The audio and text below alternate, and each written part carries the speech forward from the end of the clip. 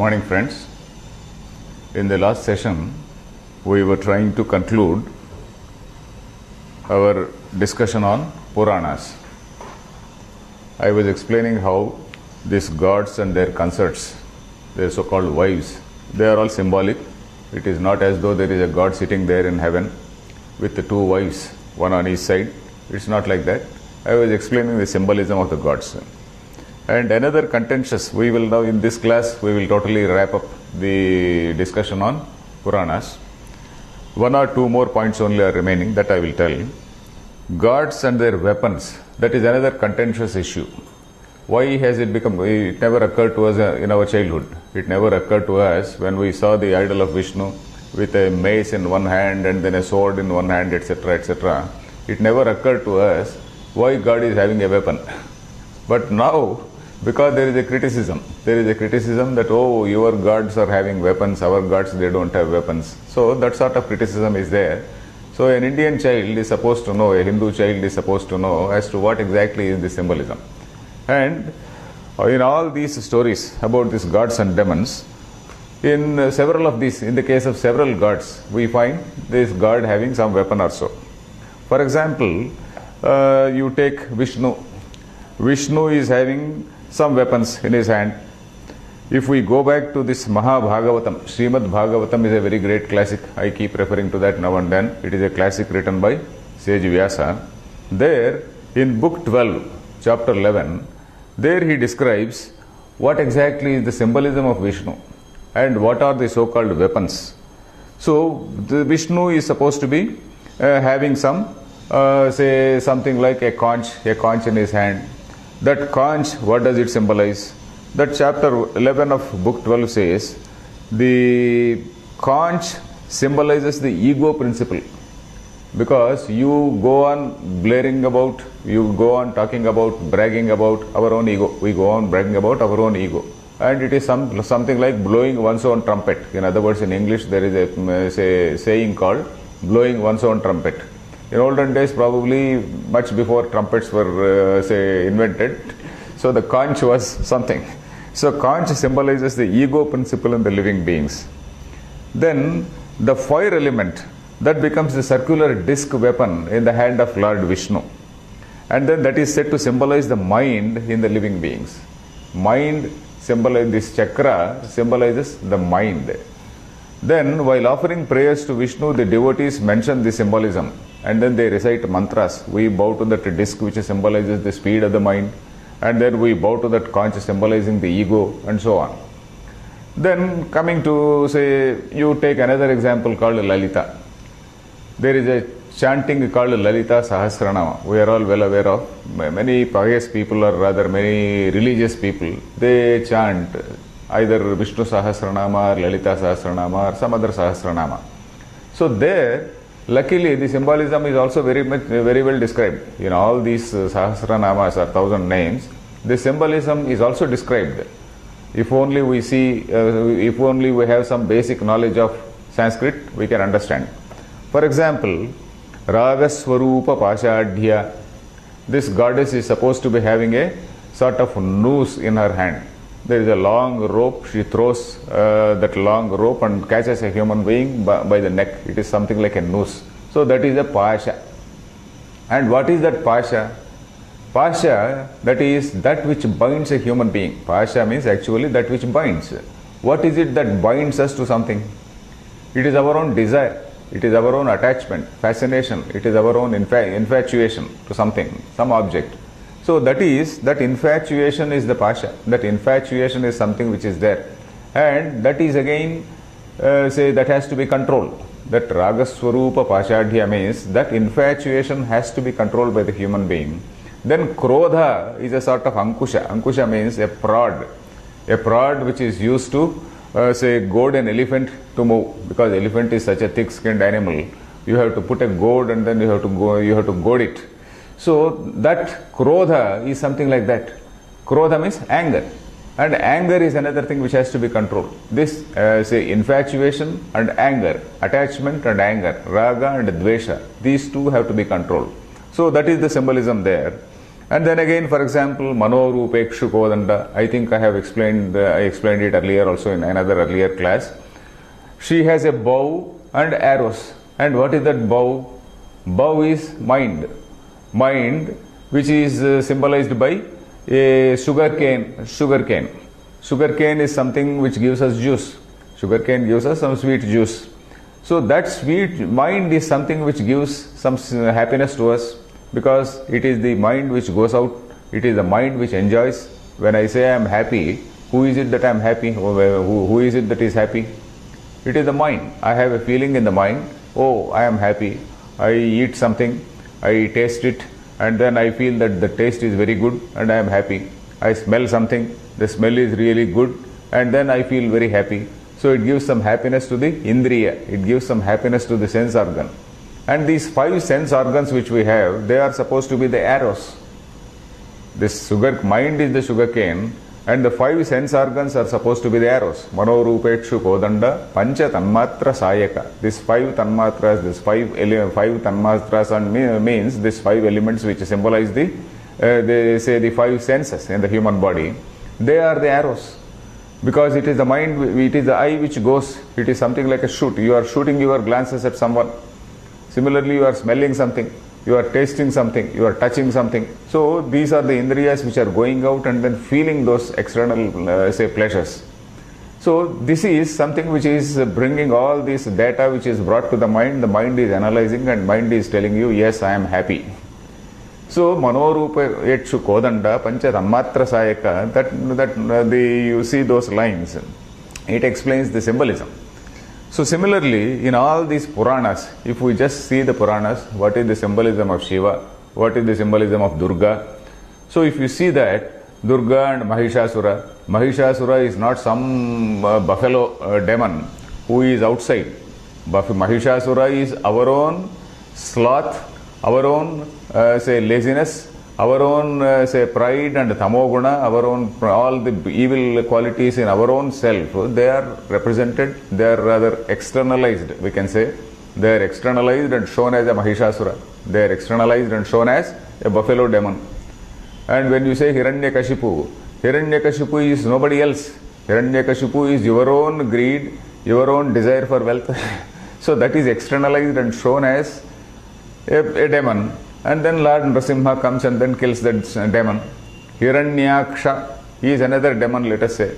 And Lord comes and then Lord again kills that demon. Killing again is the word which is metaphorical, because Hiranyaksha, what does the word mean? Hiranya means gold, wealth, let us say. Akshi means eye. Hiranyaksha, one who has his eye always on gold. So if you look into a government file, you see only how much money is there in that. You don't find a human being there, you find only the money there. So a person who sees that is a Hiranyaksha. A doctor who sees gold in his patient is a Hiranyaksha. If you go to a hospital and then they conduct all types of tests only because there are so much of equipment in the hospital, a 5-star hospital. So that is a Hiranyaksha hospital. So it is like that. So Hiranyaksha, Hiranyakashipu, and then all these demons, they are our own asuric qualities, they are our own demonic qualities which are shown externally, which are externalized and shown as some devils. And then some divine force is coming and then the divine force is vanquishing them, it is suppressing them. So that is what we find. So this is all these things have to be, the symbolism has to be seen properly. You can show that slide where gods and their weapons are symbolic, etc. Then it is very unfortunate that some of the modern writers, including Indian and also Western writers, they are giving the type of, they are not going into the philosophy of it. With some, maybe with some agenda in their mind, they are giving a totally different interpretation. So this is a very difficult problem for a Hindu parent. The Hindu parent, he has to cope with this thing, he has to face this challenge of knowing the philosophical import, and then he has to analyze what exactly are the writings of these writers. So for example, many of these writers, both Indian writers, maybe some communist writer or maybe some other Western writer, they give some type of anthropological interpretation to this type of story. or some type of racist racial interpretation to this, saying that okay, this god means he belongs to some Aryan race, so some demon belongs to some other suppressed race which is there in India. So there is a clash of civilizations within India, there is a clash of cultures within India. One has come from outside and it has suppressed the local people. So this type of theories, they were started during the time of the British. So the British were the creators of these theories of divide and rule, because their idea was to say destroy our culture and replace it by their culture. So it is from that time onwards this sort of attempt is going on, and it is very unfortunate that it is still going on. Many Western writers are still giving some sort of racial interpretations to these stories, and then unfortunately many of our communist and left-wing writers, they are also following it, and a lot of effort is needed on the part of the parent to understand, to go back to our text, to see what our text says. Unless we see what our text says, we will not know. If we see what our text says, it is so very clear. So for example, in Bhagavatam, I will tell you that Bhagavatam story in the next slide, or maybe later slide. Okay, let us see the next slide. Now we will conclude the discussion on the Puranas. So now I am suggesting two books. That is, there is one good book called Hindu Symbology by Swami Swahananda of Ramakrishna Mission. Then there is another book called All About Hinduism by the same Swami Swahananda, All About Hinduism, Swami Shivananda, sorry, this is not Swahananda, the second book is Shivananda. The first book is Swahananda, the second book is by Swami Shivananda, yes, Shivananda Ashram, that is Divine Life Society. If you see that, look for Divine Life Society on the internet, you will get all the books. Then there is one more book, for example, it is my own book, that is How to Tell Hinduism to Your Child. This is my own book. This also you can just see, look into. This is printed in Hyderabad by one printer called MSCO printer. Then let us come to the next slide. One important point which we have to note about, say the Hindu tradition. Have you come to the next slide? So this is an important point. Generally in religions, you find, particularly in Western religions, you find a juxtaposition between God on one side, between God and another entity called devil. So there is a juxtaposition of good and evil. God represents good and devil represents evil. So God is having his own empire. He is very powerful, mightily powerful. But then the Satan or the devil also is there. He is having his, though he is vanquished and he is thrown into hell, he is also there. So that is, there is a sort of division. There is God and there is a territory for God, there is a territory for the devil. So but in Indian situation, we don't have such a concept. That is because we have seen right from the beginning that the supreme reality is what is called consciousness, what we call Brahma, Sat Chit Ananda, or in other words, in English, what do we say? Existence, consciousness and infinitude. It's a Satyam Jnanam Anantam, existence, consciousness and infinitude. We are defining the Brahman in such a totally, in terms where it has no contact with anything, it has no doership in it, it is not the cosmic super cop. So we have defined the Brahma, the supreme reality, in that way. Naturally, the supreme reality cannot be some sort of super cop who is, settling the differences between America and Russia, or India and China, or India and Pakistan. It cannot be a superpower like that. It can, say, supreme being cannot be somebody like that. So we have, how did we explain, say, this creation? We have explained the creation that in that consciousness only, there is some sort of manifesting power, and that manifesting power we call it Maya. And what exactly is that manifesting power? It is something which is undefinable, and that Maya is having a balance of Sattva, Rajas and Tamo gunas. These three characteristics are there, and somebody who is predominantly sattvic in nature, he is a gentle person. Sattvika means a very, very gentle person, contented, refined, and then say loving knowledge, say loving human beings. So that is the type of person. Excess of Rajas, it can manifest in two ways. Rajas, domination of Rajas can manifest in, say, a person being trying to dominate over others, trying to govern everybody, trying to, say, show his authority everywhere. Or it can also manifest as money making, acquisition. So you are doing this business today and you are expanding and then you want more and more and more money. So that is another way. Then there is a tamasa, tamoguna, where there is a total sense of laziness, lack of morality, etc. This rajoguna, tamoguna also can be combined with tamoguna. Rajoguna can be combined with tamoguna, where you will get all the demonic qualities. A person who is also greedy, he is also violent. A person who is greedy, he wants to dominate, and he also displays violence, he also shows violence. So these are the qualities. So this interface called Maya, which is manifesting in that consciousness, it is having all these qualities in it. And the so-called cosmic being, if we call him cosmic being, and in that cosmic being you call him Vishnu, you call him Shiva, you call him Shakti, or whatever you want, or any other god which by any Western religion. So that cosmic being has a way of managing, a way of balancing these things. Thus in cosmos there is a divine scheme of balancing. Whenever there is an upsurge of say tamoguna or upsurge of evil tendencies, whenever there is a very great upsurge of evil tendencies, then there is a divine mechanism to suppress it. There is a divine mechanism to control it. So that is how we have explained in say Hinduism. Then why we have not accepted the devil? If we accept the concept of devil as something which is apart from God, then God will be a limited entity.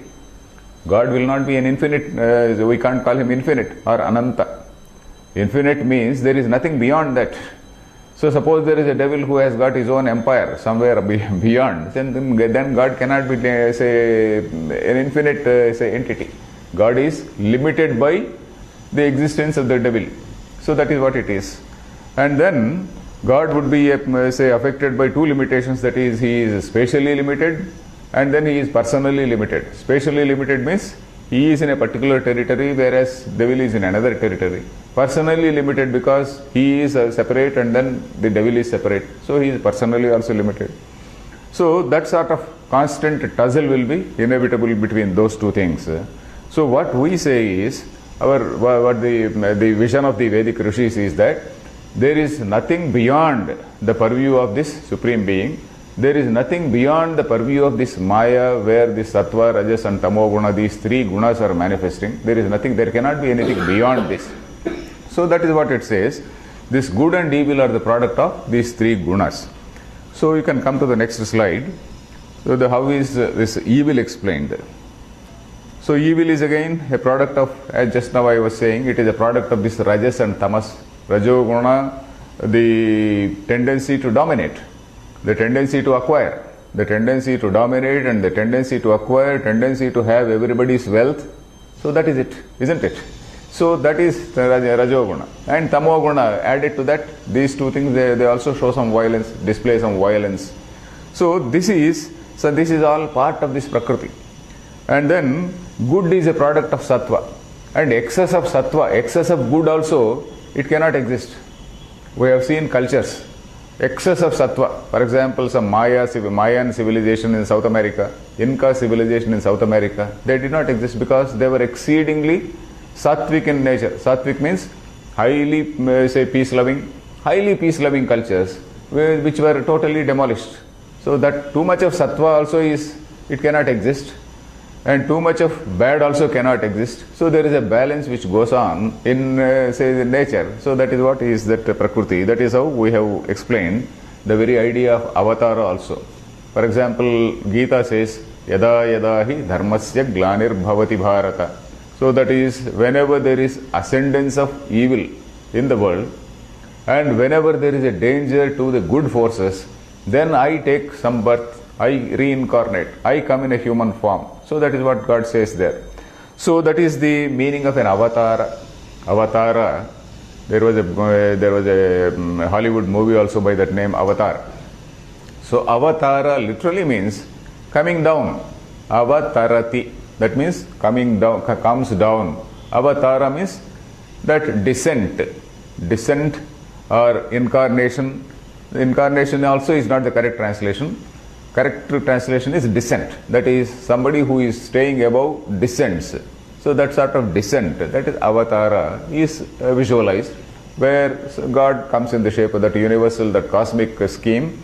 It produces somebody.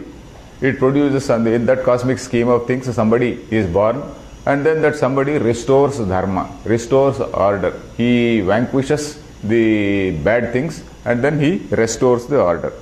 So that is how but the supreme reality, as we see, the supreme reality which we call God, is something which is beyond good and evil, which is beyond good and evil. So there is a very interesting discussion in Bhagavatam in this context. I was referring to Bhagavata just now. That discussion is in the 7th, text of Bhagavata is in 12 texts. It is called Skandha, 12 Skandhas. So in the 7th Skandha, that is in the 7th book of Bhagavatam, the very first canto shows there is a discussion. There is a discussion between the king, who is the listener in that Bhagavatam. Bhagavatam, that entire Bhagavatam was told by Shuka Maharshi, the Rishi, sage Shuka, to a king called Parikshit, isn't it? So this king Parikshit gets a doubt. He hears so many stories which have been told by Shuka till that time. And then he asks a question, "Oh Lord, you tell me, God is supposed to be totally neutral. He is nirguna, that is, he has no attributes. Satyam, Jnanam, Anantam, etc. They have no attributes. They have no qualities. It has no characteristics. And you don't even say it is some God or some human being, or it is not a personal God. It is just an entity called consciousness. When that is so, how is it that you are saying that God is killing all these Rakshasas? And how is it that God is helping these, these devatas, these gods and demons when there is a quarrel? The supreme God comes and helps the gods and then kills the demons. Why? How is it so? How is it possible? When because the God is neutral, supposed to be neutral. So then the Shuka Maharshi explains. Just now the same discussion which we just now had, it is all the explanation given by Shuka Maharshi, that the supreme reality it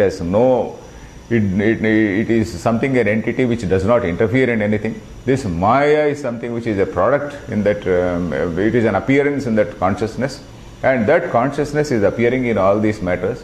And then when you say that God has killed somebody or something like that, it is not a question of literally killing. It is a question of the same good and evil forces which are both part and parcel of the same Maya.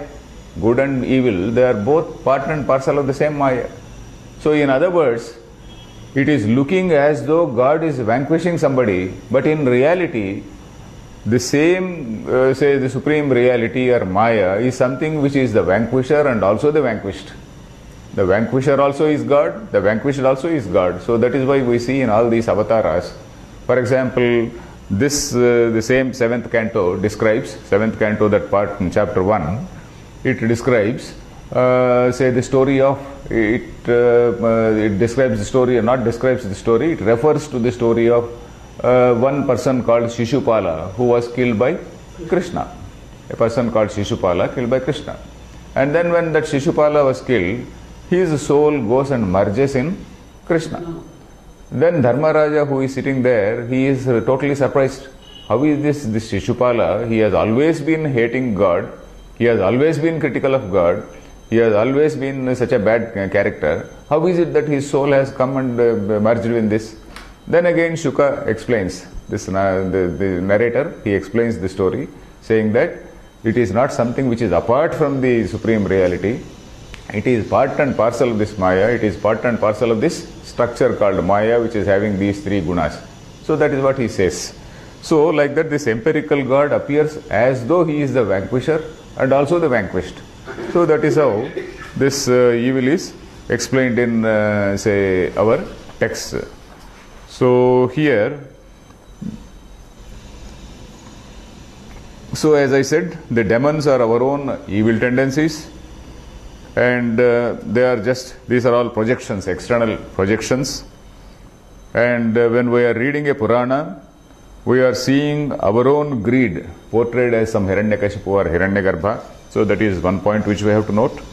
And as a concluding note, we have to see that, this representation of Puranas from an anthropologist point of view. This representation of Puranas from an anthropologist view is so totally wrong. And then we are supposed to know the theologian's point of view. Because even in, say, other countries, what happens is, Hinduism is taught from an anthropologist's point of view, whereas other religions are taught from the theologian's point of view. So we have to understand our own religion from our own point of view, from the theologian point of view, as to what exactly is the real message. And we cannot put some meanings which are not there in that, meanings which are derived from some abnormal psychology. Abnormal psychology means, for example, the story of Ganesha and Parvati. In that story of Ganesha and Parvati prepares a doll, breathes life into that, and then keeps that Ganesha there. And then meanwhile Shiva comes. This Ganesha, he has not seen Shiva so far. So this Ganesha, he obstructs Shiva. He says, no, stop, who are you? Then there is a fight which goes on, and then Shiva seems to have beheaded this man. So this is a story. There is a great symbolism there. I will not go into that whole story. So in that, suppose some Western writer, he sees a symbolism called Oedipus complex. That is an abnormality in the psychology. It is a term from abnormal psychology. So you can't you can't read these Puranas from the point of view of abnormal psychology. It was not there. Abnormal psychology, that sort of psyche was not there in, say, in Indian tradition at all. It was not there at all. So we can't read all those, say, meanings into that. So as Hindu parents, we have some additional burden of reading our texts and then knowing the symbolism properly. So we will continue next. Thank you.